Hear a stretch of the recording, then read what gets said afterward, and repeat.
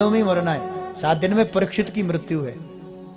तक्षक नाग डसेगा काल व्याल मुख ग्रास। हम काल रूपी तक्षक नाग का ग्रास ही तो है, और इससे ज्यादा और क्या है। हम तो जी ही मरने के लिए रहे। हर प्रयास मृत्यु के लिए, हमारा हर प्रयास मृत्यु के लिए भाई भाई, हम जीते मरने के लिए। बोले भक्त वत्सल भगवान की जय। इसलिए राजन, ये तुम्हारा प्रश्न लोकहित का है, क्या करना चाहिए प्रभु? कि श्रोतव्य कीर्तितव्यश्च स्मृतितव्यस्तथा भयम्। श्रोता बनकर कथा सुनो, ताकि मन जगत से लग कर के मन ईश्वर में लग जाए। सुनाने वाला ना हो तो कीर्तितव्य, खुद सुनाना शुरू कर दो जितना आता है, खुद ही भगवान की चर्चा। और ना सुनने वाला ना सुनाने वाला, तो कहते स्मृतितव्यश्च, एकांत में बैठकर उनकी लीलाओं का चिंतन सुमिरन करो। लेकिन ये सब करने के लिए जितासनो जितश्वासो जितसंगो जितेंद्रिय, आपको जितासन होना पड़ेगा। एक आसन पर बैठने का अभ्यास, और नहीं अभ्यास होगा तो कभी ये वाली और कभी इधर दुखता है। इसलिए जितासन हो। और दूसरा जितश्वास, प्राणायाम के द्वारा श्वासों पर भी विजय प्राप्त करो। जितसंग, अच्छा संग करो, कुसंग ना करो। बहुत पुरानी बात, हम लोग डॉक्टर पर गए तो उन्होंने, आजकल तो, पहले तो नाड़ी देखते थे ना, रात को आलू खाएं इसलिए बाई हो रहा है, वो सब बता देते थे। आजकल तो पूरी सुई अंदर लेते, फिर पूरा खून निकालते हैं, फिर वो मशीन में डालते हैं, और फिर वो बताती है क्या क्या करनी है। तो डॉक्टर कभी हमें देखे, कभी रिपोर्ट देखे। हमने कहा इतने क्यों घबरा रहे हो डॉक्टर साहब? हमने कहा महाराज जो बीमारी है बड़ी खतरनाक है, ला इलाज, इसका कोई इलाज ही नहीं है। हमने पूछा नाम भी होगा? कहते डायबिटीज, मधुमेह, शुगर है। तो मैंने कहा इसमें घबराने वाली क्या बात है? कहते वो ज्यादा दिन टिकता ही नहीं है, पता नहीं कब किडनी बोल जाए, कब कौन सा पार्ट। पहले तो हार्ट फेल होता था, तो किडनी भी फेल होती है। तो क्या करना चाहिए? तो ज्यादा घबराना भी नहीं है, मीठे का परहेज करो, समय समय पर दवाई का डोज लेते रहो। क्या होगा? कहते रोग मिटेगा नहीं, पर वो कंट्रोल में रहेगा। तो उसी प्रकार, अच्छा इसी बात से एक बात तो अच्छे से समझ लो, काम क्रोध लोभ मोह मद और मत्सर, ये ऐसे षड विकार है भाई बहन, जो हमें जन्म के साथ प्राप्त हुए। अरे ये लाइलाज बीमारी है। काम क्रोध लोभ मोह मद मत्सर, ये बीमारी कभी ठीक नहीं होती, इलाज इसका भी नहीं है। लेकिन कंट्रोल में रखने के लिए क्या करना है? जैसे डॉक्टर ने कहा था, क्या कहा था? मीठे का परहेज करो, समय पर दवाई का डोज लेते रहो। इसी प्रकार काम क्रोध लोभ मोह मद मत्सर, इन विकारों पर विजय प्राप्त करनी है तो समय समय पर ये कुसंग का परहेज करो, समय समय पर सत्संग का डोज लेते रहो। ये बीमारी ठीक तो नहीं होगी, कंट्रोल में रहेगी। कुछ सीखना ही हो तो कहीं से सीख लो। डॉक्टर की रिपोर्ट भी बहुत कुछ कह देती कभी कभी। तो यहां पर भी यही कहा है, जितासनो जितश्वासो जितसंग, कुसंग ना करो, समय समय पर सत्संग का डोज लेते रहो, ताकि काम क्रोध थोड़ा कंट्रोल में रह जाए। और अंत में कहा जितेंद्रिय, जितेंद्रिय बनकर को भगवान का भजन करो। अकामो सर्व कामो वा मोक्ष कामोदारदे, तीव्रेण भक्ति योगेन यज्यते पुरुषं परम्। अकामो सर्व कामो वा मोक्ष काम उदारधि, तीव्रेण भक्ति योगेन यज्यते पुरुषं पर। परम पुरुष को प्राप्त करने का सहज साधन हे परीक्षित केवल एक ही है, निष्काम निष्कपट भाव से सभी कामनाओं का त्याग करते हुए, मोक्ष की कामना को भी छोड़ते हुए, निष्कपट अहेतुकी और प्रतिहता।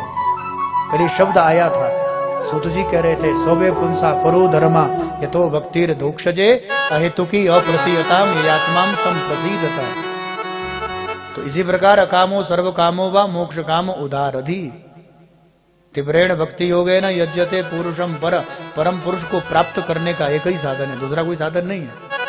वह है निष्काम भक्ति योग, निरंतर भगवान का भजन करना, निष्काम भगवत प्रेम करना। प्रेम पथ से कठिन मार्ग भी कोई नहीं है, और भगवान को प्राप्त करने का यह सहज सरल मार्ग भी इससे सरल कोई नहीं है।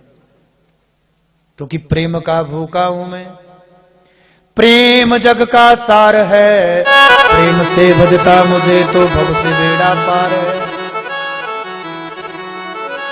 प्रेम बिन सूना पुकारे मैं कभी सुनता नहीं, और प्रेम की कटे रहे कर दे मुझे लाचार। प्रेम बिन सर्वस्व दे डाले मैं कभी लेता नहीं, पर प्रेम से एक पुष्प दे तो मुझे स्वीकार है। बांध लेते वक्त मुझको जब प्रेम की जंजीर में, इसलिए भूमि पर होता मेरा अवतार है। भगवान कहते हम तो अवतार भी प्रेमियों के बंधन में पड़कर प्रकट इसलिए होता हूं। सबसे सहज साधन, सबसे सरल। और परीक्षित,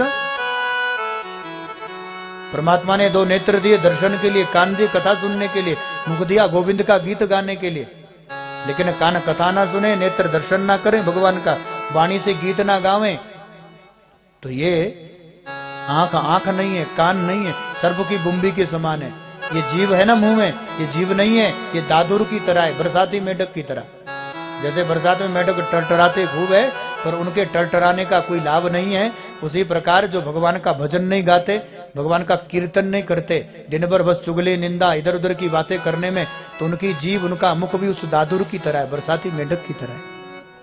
और ये आंख आंख नहीं है, यदि भगवान का दर्शन ना करें, ये आंख नहीं है, मोर पंख है। मोर पंख में भी आंख होती है, पर उसका कोई काम नहीं है। उसी प्रकार दो नेत्र दिए भगवत दर्शन करने के लिए, लेकिन इस नेत्रों से संसार को ही देख रहे। इसी प्रकार जो मनुष्य शरीर प्राप्त करने के बाद भी जो मेरा गोविंद का भजन नहीं करते, वो मनुष्य होकर भी पशु तुल्य है। यहाँ पर 4 उदाहरण है। श्व, ये जो श्वान है, विड, वराह, खर। पहला प्रशंसक है कुत्ता। किसकी प्रशंसा कर रहा है? गांव में, नगर में, शहर में कोई ऐसे लोग होते हैं जिंदगी में कभी अच्छा नहीं करते, और कोई कर रहा उसको करने नहीं देते। उनका काम है टांग अड़ाना, खुद कर रहा नहीं, पर कोई कर रहा हो तो उसमें जरूर टांग अड़ाते। और हम तो कहें टांग खींचने वाले। कोई अच्छा काम करे तो उन्हें अच्छा काम ना करने दे, उल्टा उनकी टांग खींचने में जो लगे रहते। आदमी होकर आदमी से प्रेम ना करें, दुश्मनी बनाकर रखते हैं। उन्हें देखकर कुत्ते बड़े खुश होते, मेरी बिरादरी का है। भाई, इस गांव का कुत्ता बगल वाले गांव में चला जाए तो गांव वाले कुछ नहीं कहेंगे, पर गांव के कुत्ते ही पीछे पड़ जाएंगे। कुत्ते का दुश्मन, कुत्ते की टांग खींचने वाला, कुत्ते की टांग कुत्ता ही तो खींच रहा है। उसी प्रकार आदमी होकर भी जो टांग खींचने में लग रहे हैं, वो आदमी होकर भी कुत्ते के समान है। और इन्हें देखकर कुत्ता ही खुश होता है, मेरी बिरादरी का है। आदमी गलती से हो गया, काम तो कुत्ते वाला कर रहा है। ऊंट, पद मिला, प्रतिष्ठा मिली, सम्मान मिला। सेठ जी राम राम। थोड़ा बगीचा बढ़िया था, फसल अच्छी हुई और बढ़िया सा रेट भी रहा, तो सेठ जी राम राम। तो सेठ जी राम राम ना सुने, सेठ जी की गर्दन। होता है कभी कभी, धन पद प्रतिष्ठा को पाकर व्यक्ति अहंकारी हो जाता है। सेठ जी राम राम, तो सेठ जी की गर्दन ऊपर।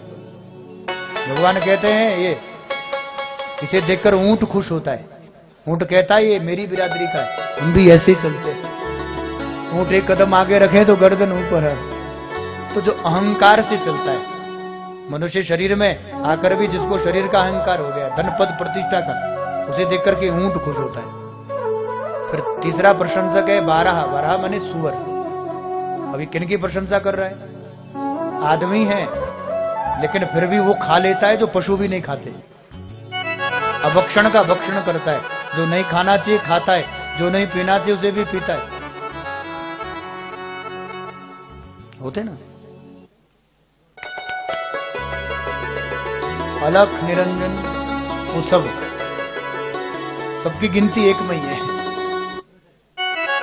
जाम पर जाम पीने से क्या फायदा, शाम को पी तो सुबह उतर जाएगी। पीना है हरि नाम का प्याला, पी तेरी तो पूरी जिंदगी सुधर जाएगी। तो पीने के लिए बोतल ही बची है। तो ये सब लोग जो नहीं खाना चाहिए उसे खाते हैं, अभक्षण का भक्षण करते हैं। उन्हें देख करके सुअर बड़े खुश होते हैं। पूरे गांव की गंदगी जहाँ इकट्ठी होती है, सबसे पहले वहां पर सुअर मुंह मारता है। तो सबसे गंदी जगह मुंह कौन मारता है? सुअर।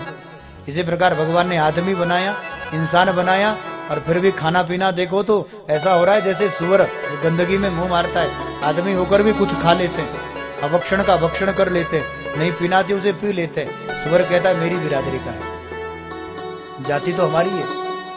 हम भी गंदी जगह मुंह मारते हैं, और ये भी सबसे गंदी जगह ही मुंह मारते हैं।